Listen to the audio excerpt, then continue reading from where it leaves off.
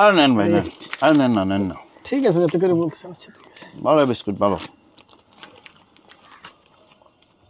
ও, আপনি তো ঢাকায় থাকেন তাই না? এক ঢাকায় থাকি ভাই, জন্ম থেকে ঢাকায়। আর আব্বাও তো ঢাকায় জন্ম। আচ্ছা আচ্ছা।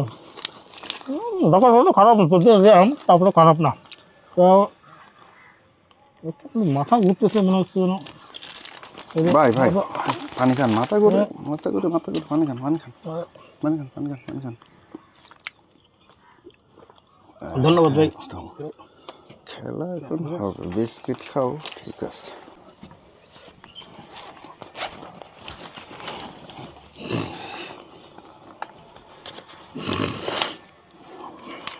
শালা কত টাকা রে, বিস্কিট খাও না, আমার বিস্কিট ফ্রি খাওয়া যায়। এই দাঁড়া দাঁড়া, এখন বাসে উঠেছি, একটা প্যাসেঞ্জারকে টার্গেট করে তার সব কিছু নিয়ে নেব। তার পাশে বসে একটু ভাব জমানোর পরেই তাকে আমি বিস্কিট অফার করি।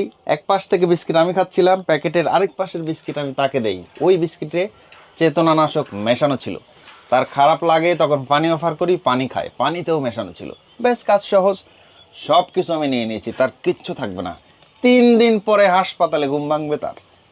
এভাবে কেউ যদি আপনাকে অপরিচিত গণপরিবহনে কিছু অফার করে, কোনোভাবেই খাবেন না। ভিডিওটা শেয়ার করবেন, কোটি মানুষের উপকার হবে।